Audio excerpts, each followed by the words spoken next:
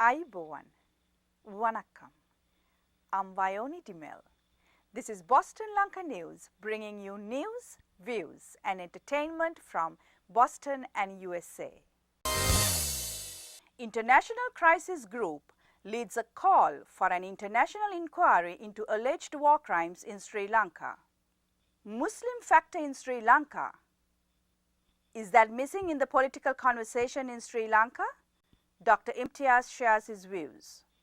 In its latest report, released on the eve of the first anniversary of the end of the fighting in Sri Lanka, the International Crisis Group calls for an international inquiry into alleged war crimes.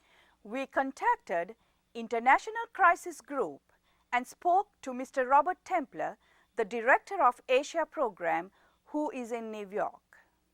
Mr. Templer, in your report it says, international inquiry into alleged crimes is essential given the absence of political will or capacity for genuine domestic investigations. Now Sri Lanka has just appointed a reconciliation commission that will come up with a report in 6 months. Can't you wait 6 months before you decide whether there is a need for an international inquiry? Well, I'm not convinced that the commission announced by the government will be independent, nor is it necessarily going to investigate all of the issues of war crimes. So I think rather than delaying for another 6 months and maybe even longer than that, because these commissions have tended to drag on and be used as a delaying tactic by the government, that the government should allow an international inquiry to begin as soon as possible. At a time when there is a big focus on war on terror internationally, the Sri Lankan government has defeated militarily one of the most ruthless terrorist organizations in the world and brought peace to the people of Sri Lanka. Now, why you want to take the Sri Lankan military and political leaders before war crime investigations? Would you do the same thing if American government defeats Al-Qaeda? I mean, would you call for an international inquiry against America? If they did it in such a way as to kill large numbers of innocent civilians, then yes, all countries would be liable under international law. These are laws that the Sri Lankan government has signed up to voluntarily. And in these situations, everyone should be equal in front of the law, whichever country you come from. It's not a matter of defeating terrorism. I think everyone wants to defeat terrorism. It's a matter of the manner in which you do that. And there's a requirement under international law that response to violence must be proportionate and that it must be do everything to avoid civilian casualties. The war crimes that we've documented are very specific crimes against, for example, hospitals and also against civilians. The LTTE also carried out war crimes, and if any of their leadership are arrested or held anywhere, they should be held accountable for that as well. It's a matter of equality in front of the law, and it applies to all countries. Your report says that you have lots of credible evidence against some of the military and political leaders in Sri Lanka. Do you think the UN is slow in responding to your call for an inquiry? Is there any reason why UN is dragging their feet? Is it because the UN does not consider your organization, or the evidence you have is credible, or is it something else? Well, the United Nations has very limited options in this area. There are only a certain number of things that they're able to do. I think the United Nations is very reluctant to look into the issue because, of course, its own response will come into question and its own policies will be examined. So I think they're reluctant on that front.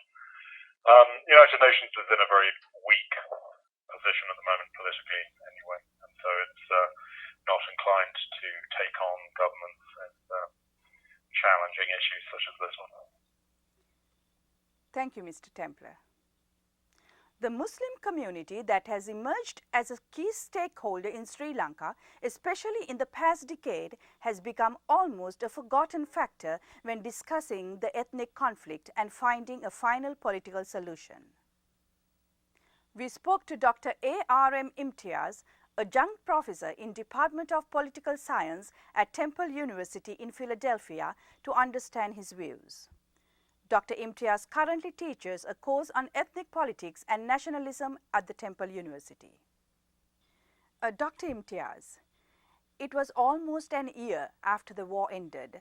Still, no meaningful steps appear to have been taken by the Sri Lankan government to bring the promised political solution. There is so much talk around building ethnic harmony and peace. Now, could you share with us where Muslim community fits into all of this conversation? It seems like we do not talk much anymore about the issues of Muslim community in Sri Lanka. Well, the Muslims in Sri Lanka who speak Tamil predominantly live in the north and east, have been suffering from this war for a long time. They have been expelled by the LTT in 1990, and the Muslims in the east were butchered terribly by the LTT. So these were one of the two worst crimes the LTT ever made in their struggle to win a state. But by saying this one, what's also true is that Muslim leaders openly supported all the anti-Tamil legislation war against Tamil. So you have to understand on the both sides of the coin. By saying this one, Muslims do have a special problem, and they have concerns of their security and peace. If I use the word if there's any peace talk, Muslims' grievances, Muslim concerns have to be addressed, and you cannot find a viable and durable solution for ethnic conflicts in Sri Lanka without Muslim participation. You said that if you want to look for a lasting political solution in Sri Lanka, Muslim concerns need to be addressed. Now, do you think the present Muslim political leaders in Sri Lanka play a responsible role, knowing how crucial their efforts could be for a lasting peace in Sri Lanka? That's a good question. To me, the Muslim leaders are playing kind of politics as the Sinhalese and Tamil leaders are doing.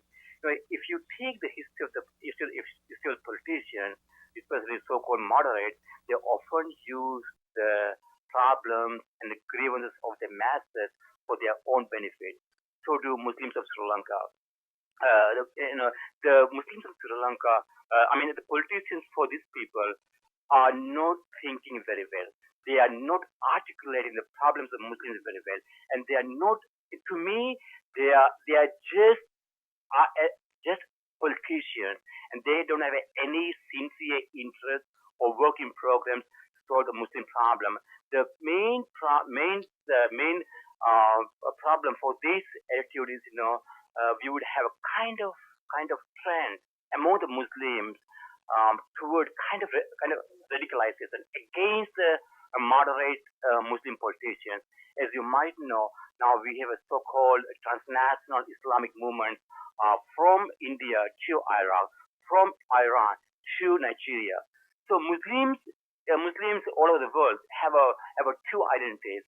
One is local identity, and other is what we call Ummah, global identity. So the second one is very dangerous, especially when you have a bad politicians. Among the Muslims in Sri Lanka, especially East Muslims, they are very poor. Number two, they are deeply affiliated or addicted to their religion.